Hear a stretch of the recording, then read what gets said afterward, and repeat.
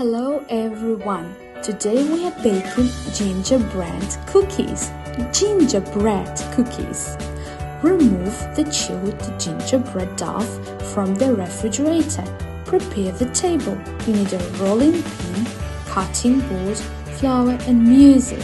Roll out the dough and cut out shapes.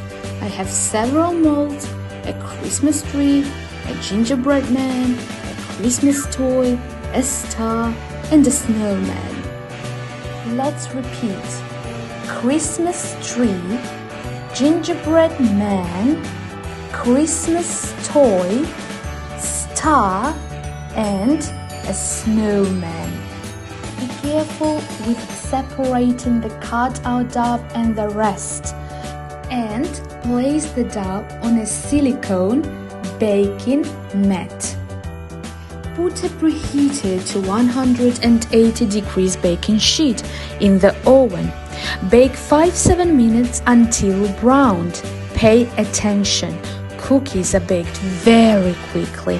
Right after baking, the cookies are soft, but they become hard and crispy after cooling. Let's start making the icing. I used icing from Dr. Oetker. To thicken the icing, put it on the stove and stir for a couple of minutes.